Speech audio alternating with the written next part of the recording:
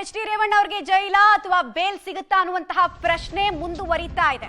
ಇನ್ನೊಂದು ಕಡೆಗೆ ಇವತ್ತು ಮ್ಯಾರಥಾನ್ ಆಗಿ ವಾದ ಪ್ರತಿವಾದವನ್ನ ಸ್ಪೆಷಲ್ ಕೋರ್ಟ್ ನಲ್ಲಿ ವಕೀಲರು ಮಾಡಿದ್ದನ್ನ ನಾವು ಗಮನಿಸ್ತಾ ಇದ್ವಿ. ಇಡೀ ದಿನ ಎಸ್ಐಟಿ ಹಾಗೂ ರೇವಣ್ಣ ಪರ ವಕೀಲರು ವಾದ ಪ್ರತಿವಾದದಲ್ಲಿದ್ರು. ಕೌಂಟರ್ ಆರ್ಗ್ಯುಮೆಂಟ್ ರೇವಣ್ಣ ಪ್ರಭಾವಿ ಸಾಕ್ಷ್ಯನಾಶವನ್ನ ಮಾಡ್ತಾರೆ, ರೇವಣ್ಣ ಅವ್ರಿಗೆ ಬೇಲ್ ಕೊಡಬಾರ್ದು ಅಂತ ಎಸ್ಐಟಿ ಪರ ವಕೀಲರು ಕ್ಲೇಮ್ ಮಾಡ್ಕೊಳ್ಳೋದಕ್ಕೆ ಮುಂದಾದ್ರು.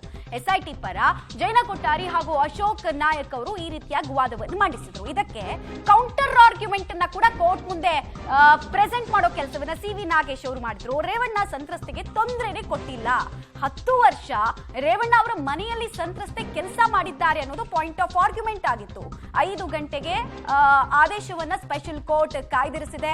ಸೊ ಪುನಃ ಜೈಲು ವಾಸ ಕಂಟಿನ್ಯೂ ಆಗುತ್ತಾ ಅಥವಾ ಬೇಲ್ ಸಿಗುತ್ತಾ, ಈ ಪ್ರಶ್ನೆ ಅಂತೂ ಇದ್ದೇ ಇದೆ. ಇನ್ನೊಂದು ಕಡೆಗೆ ರೇವಣ್ಣ ಪರ ಆಪ್ತರು ಹಾಗೂ ವಕೀಲರು ಬೇಲ್ ಸಿಗುವಂತಹ ನಿರೀಕ್ಷೆ ಇದೆ. ಡೀಟೇಲ್ಸ್ ಕೊಡ್ತಾರೆ ಮುರಳಿ. ಬಹಳಷ್ಟು ಸ್ಪೆಷಲ್ ಆಗಿರುವಂತಹ ಕೇಸಸ್ಗಳ ಉಲ್ಲೇಖ ಆಯಿತು. ಕೌಂಟರ್ ಆರ್ಗ್ಯುಮೆಂಟ್ ಅನ್ನ ಕೋರ್ಟ್ ಆಲಿಸಿದೆ.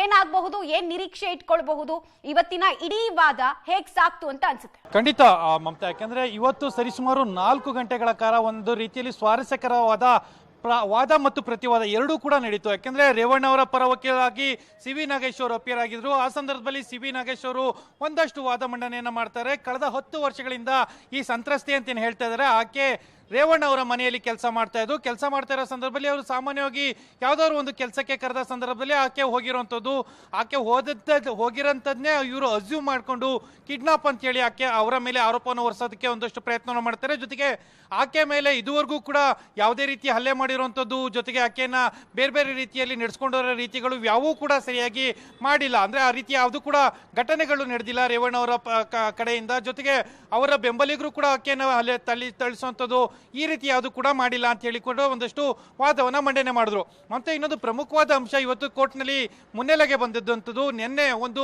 ವಿಡಿಯೋ ತುಣುಕು ರಿಲೀಸ್ ಆಗಿತ್ತು. 2 ಗಂಟೆ 2 ನಿಮಿಷ 31 ಸೆಕೆಂಡ್ಗಳ ಒಂದು ವಿಡಿಯೋ ತುಣುಕು. ಸಂತ್ರಸ್ತೆ ಒಂದು ಹೇಳಿಕೆಯನ್ನ ಕೊಡುವಂಥದ್ದು, ಅಂದ್ರೆ ನನಗೆ ಯಾರು ಕೂಡ ಕಿಡ್ನಾಪ್ ಅನ್ನ ಮಾಡಲಿಲ್ಲ, ರೇವಣ್ಣ ಅವರು ಕೂಡ ಕಿಡ್ನಾಪ್ ಮಾಡಿಲ್ಲ, ನಾನು ತುಂಬಾ ಚೆನ್ನಾಗಿದ್ದೀನಿ, ಯಾವುದೇ ರೀತಿಯ ತೊಂದರೆಗಳಿಲ್ಲ ಅಂತೇಳಿ ಒಂದು ಹೇಳಿಕೆಗಳನ್ನ ಬಿಡುಗಡೆ ಮಾಡಿದ್ರು. ಅದು ನಿನ್ನೆ ಮಾಧ್ಯಮಗಳೆಲ್ಲ ಕೂಡ ಬಿತ್ತರ ಆಗಿತ್ತು. ಇವತ್ತು ದಿನಪತ್ರಿಕೆಗಳು ಕೂಡ ಬಂದಿತ್ತು. ಆ ವಿಚಾರವನ್ನು ಕೂಡ ವಾದ ಪ್ರತಿವಾದದಲ್ಲಿ ಎತ್ಕೊಳ್ತಾರೆ. ಇದು ಆಕೆಯನ್ನ ಭಯ ಬೀಳಿಸಿ ಏನೋ ವಿಡಿಯೋ ರೆಕಾರ್ಡ್ ಅನ್ನ ಮಾಡ್ಕೊಳ್ಳೋ ಒಂದು ಪ್ರಯತ್ನವನ್ನ ಮಾಡಿದ್ದಾರೆ ಅಂತ ಹೇಳಿ ಎಸ್ಐಟಿ ಪರ ವಕೀಲರು ಒಂದಷ್ಟು ವಾದವನ್ನ ಮಾಡ್ತಾರೆ. ಜೊತೆಗೆ ಸಿ.ವಿ. ನಾಗೇಶ್ ಅವರು ಕೂಡ. ಧನ್ಯವಾದ ಮುರಳಿ ತಮ್ಮ ಮಾಹಿತಿಗಾಗಿ. ಒಟ್ಟಿನಲ್ಲಿ ವಾದ ಪ್ರತಿವಾದದ ಡೀಟೇಲ್ಸ್ ನಾವು ಕೊಡ್ತಾ ಇದ್ವಿ. ಒಂದ್ ಕಡೆಗೆ ಸರ್ಕಾರಿ ಪರ ವಕೀಲರು ಹೇಳ್ತಾ ಇದ್ದಿದ್ದು ದಾರಿ ತಪ್ಪಿಸೋ ಕೆಲಸ ಆಗಿದೆ. ಜೊತೆಗೆ ಸುಪ್ರೀಂ ಕೋರ್ಟ್, ಹೈಕೋರ್ಟ್ ನಲ್ಲೂ ಕೂಡ ಗಂಭೀರ ಪ್ರಕರಣಗಳು ಇಂಥದ್ದೆಲ್ಲ ಆದಾಗ ಅಲ್ಲಿ ಯಾವ ರೀತಿ ಅಕ್ಯೂಸ್ಗೆ ಬೇಲನ್ನ ನಿರಾಕರಿಸಲಾಗಿತ್ತು ಅನ್ನೋದಕ್ಕೆ ಒಂದಷ್ಟು ಕೇಸ್ಗಳ ಮೆನ್ಷನ್ ಮಾಡಿದ್ರು. ಡೆಲ್ಲಿ ಹೈಕೋರ್ಟ್ ಇರ್ಬೋದು, ಅಥವಾ ನಾನು ಆಗ್ಲೇ ಹೇಳ್ತಾ ಇದ್ದ ಹಾಗೆ ಧೀರಜ್ ಸಿಂಗ್, ದಯಾನಂದ್ ಸರಸ್ವತಿ, ಈ ತರದೆಲ್ಲ ಪ್ರಕರಣಗಳನ್ನ ಉಲ್ಲೇಖ ಮಾಡಿ ಕೋರ್ಟ್ ಗಮನಕ್ಕೆ ತರೋ ಪ್ರಯತ್ನ ಮಾಡಿದ್ರು. ಜೊತೆಗೆ ಕೇಸ್ ಡೈರಿ ಬಗ್ಗೆ ಕೂಡ ಒಂದು ಸೀಲ್ಡ್ ಕವರ್ ನಲ್ಲಿ ಪ್ರೂಫ್ ಕೊಡುವಂತಹ ಕೆಲಸವನ್ನ ಕೂಡ SPP ಅವರು ಮಾಡಿದ್ರು. ಇದಕ್ಕೆ ಕೌಂಟರ್ ಆರ್ಗ್ಯುಮೆಂಟ್ ಅನ್ನು ಕೂಡ ಮಾಡಿದ್ರು. ಈ ಕಡೆ ರೇವಣ್ಣ ಪರ ವಕೀಲರು ಒತ್ತಾಯನೂ ಇಲ್ಲ, ಬೇಡಿಕೆನೂ ಇಲ್ಲ ಇಲ್ಲಿ. ಸೊ 364A ಸೆಕ್ಷನ್ ಅನ್ವಯನೇ ಆಗಲ್ಲ, ಸೆಕ್ಷನ್ಗಳೇ ರಿಲಿವೆಂಟ್ ಇಲ್ಲ. ಇನ್ನು ಈ ಕೇಸ್ಗಳೆಲ್ಲ ಹೇಗ್ ರಿಲಿವೆಂಟ್ ಆಗುತ್ತೆ? ಆ ಕೇಸ್ಗಳೇ ಬೇರೆ, ಅಲ್ಲಿ ಒತ್ತಡನೂ ಇತ್ತು, ಬೇಡಿಕೆನೇ ಇತ್ತು, ಹಣಕ್ಕಾಗಿ ಡಿಮ್ಯಾಂಡ್ ಇಟ್ಟಂತಹ ಪ್ರಕರಣಗಳ ಬಗ್ಗೆ ಅವರು ಹೇಳ್ತಾ ಇರೋದು. ಹೀಗಾಗಿ ನನ್ನ ಕಕ್ಷಿದಾರನಿಗೆ ಜಾಮೀನು ಸಿಗಬೇಕು ಅಂತ ಕೇಳ್ತಾ ಇದ್ರು ಅವರು.